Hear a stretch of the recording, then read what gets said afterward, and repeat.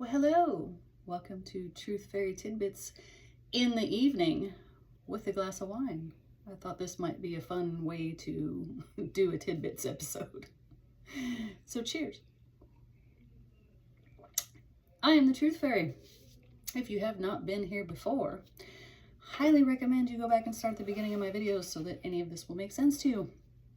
I am here to share tidbits of information that you otherwise probably wouldn't look at if you are still of the programmed statist mindset. And I am reading from sources that led me to deprogram from my statist mindset, among other things that we will get to eventually. But for now, we're starting with the basis that government is illegitimate and immoral. Yes, that's right. And if you've never heard that before, you probably are super offended right now. Again, I suggest you go back to the beginning of my videos, watch the playlist, Truth Fairy Tidbits, and get caught up to where we are. So, we're going to see how reading goes now that I've already had a glass of wine. Ready? Here we go. Okay, continuing on. Excuse me. Continuing on the myth of authority and letting go of the myth. Oh, my light is not bright enough. Okay, a growing number of people now believe that government is not necessary and that human society would, on a practical level, work a lot better without it. And I got a puppy on my lap, so ma'am, work with me here. Okay, society would be a lot better without government.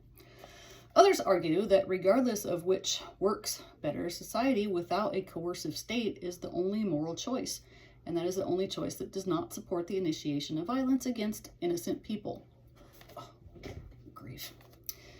While such arguments are both valid and worthwhile, there's actually a more fundamental point that renders the discussions moot. Authority cannot exist. If authority cannot exist, any debate about whether we need it or how well it works on a practical level is pointless. Even most of those who recognize that government is a huge threat to humanity speak of doing away with it as if it actually exists. Government is a logical impossibility. The problem is not actually government, but the belief in government. By analogy, anyone who realizes that Santa Claus is not real does not start a crusade to abolish Santa or to evict him from the North Pole. He simply stops believing in him. The difference is that belief in Santa Claus does little harm, while belief in the mythical beast called authority has led to unimaginable pain, suffering, oppression, and injustice. Why the myth is tempting. Before demonstrating that authority cannot exist, brief mention should be made of why anyone would want such a thing to exist. It is obvious why those who seek domination over others want government to exist. It gives them an easy, allegedly legitimate mechanism through which they can forcibly control others. But why would anyone else, why would those being controlled want it to exist? Because you've never thought about it like that, that's why. The mindset of status usually starts with the reasonable concern, but ends with an insane solution. The average person I've only had one glass of wine. Here we go. The average person who looks out at the world, knowing there are billions of human beings out there, many of whom are stupid or hostile, naturally wants some sort of assurance that he will be protected from all the negligent and malicious things that others may do. Most believers in government openly describe that as the reason government is needed, because people cannot be trusted, because it is man's nature to steal, fight, etc. Statists often assert that without a controlling authority, without government making and enforcing the rules of society on everyone, every dispute would end in bloodshed and there would be little or no cooperation. Trade would all but cease, and it would be every man for himself. And humanity would downgrade to caveman or Mad Max type existence. This is literally what every statist argument is. And it's so interesting when you realize that everybody has been programmed. It's so easy to know what somebody's going to say when you bring these things up, because they're all the same programmed responses. And that's why he's able to write these out like this. They're going to say this, then you're going to say this, because you're fucking programmed to say it. Okay, I'm going to try not to rant in between. Here we go. The bit. now I'm just fucking up because I'm trying so hard to not fuck up my reading because I've had a glass of wine and now I sound drunk. I promise I'm not. There we go. The debate between statism and anarchism, or voluntarism, is often incorrectly assumed to be a question of whether people are inherently good and trustworthy and therefore need no controllers, or inherently bad and untrustworthy and therefore need government to control them. In truth, whether humans are all good or all bad or something in between, the belief in authority is still an irrational superstition. But the most popular excuse for government, that there are bad people that need to be controlled, inadvertently exposes the lunacy inherent in all statism. If human beings are so careless, stupid, malicious that they cannot be trusted to do the right thing on their own, how would the situation be improved by taking a subset of those very same careless, stupid, and malicious human beings and giving them societal permission to forcibly control all the others? Why would anyone think that rearranging and reorganizing a group of dangerous beasts would make them civilized? The answer hints at the mythological nature of the belief in authority. It is not merely a different arrangement of human beings that authoritarians seek, but the involvement of some superhuman entity with rights that human beings do not have, and with virtues that human beings do not have, which can be used to keep all the other untrustworthy humans in line. To say that human beings are so flawed that they need to be controlled, a common refrain among statists, implies that something other than human beings needs to do the controlling. No matter how hard you study government, you will find that it is always run entirely by people. Saying that government is necessary because people are untrustworthy is as irrational as saying that if someone is being attacked by a swarm of bees, the solution is to create an authoritarian hierarchy among the bees, assigning some of the bees duty of preventing other bees from doing harm.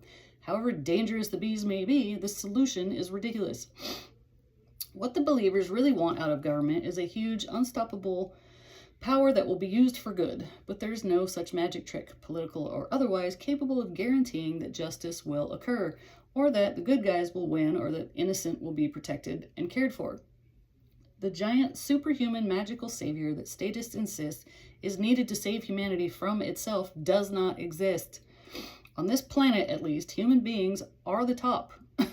There's nothing above them to control them and make them behave properly, and hallucinating such a superhuman entity does not make it real, nor does it help the situation. That's the end of that. I was about to jump to the next thing, but I'm not going to because I want to finish my wine, and if I do that, I probably won't be able to read straight anymore. So anyways, yes, statists believe in the need for some kind of a controlling mechanism because all humans are inherently bad, and without some other humans controlling them, everything would be chaos and anarchy, which anarchy does not mean chaos, but that's what you've been programmed to think. But it's so... It makes sense if you don't think about these things, but if you actually think about them, humans are bad. Therefore, we need to take some humans to control the bad humans. So, humans bad. Take some of them and put them over here.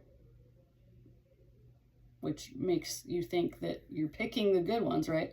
Because we got to just select the better ones out of this group.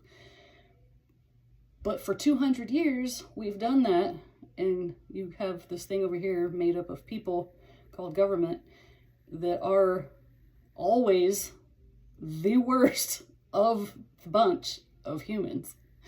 The most corrupted, greedy, psychopathic. I won't get into other things that they are, but we continue to think that, oh, we just didn't get the right ones. So you take the good guys over here, the few good ones that can control the bad ones, right? You put them over here and call them government. They turn out to all be corrupted, disgusting, evil, vile pieces of shit. Oh, okay, well, we just need to pick better ones then. Now think about this. Humans are all evil and corrupted, but We need to pick better ones. Well, where are you picking them from? You're picking them from this group of humans over here that you claim can't be trusted to run their own lives and cooperate. You're picking the good ones, supposedly, and putting them over here. Yet when they get over here, it turns out that they're not good. Anyway, I could ramble forever, and I'm not going to now. So that's all for today. Cheers. Hold on.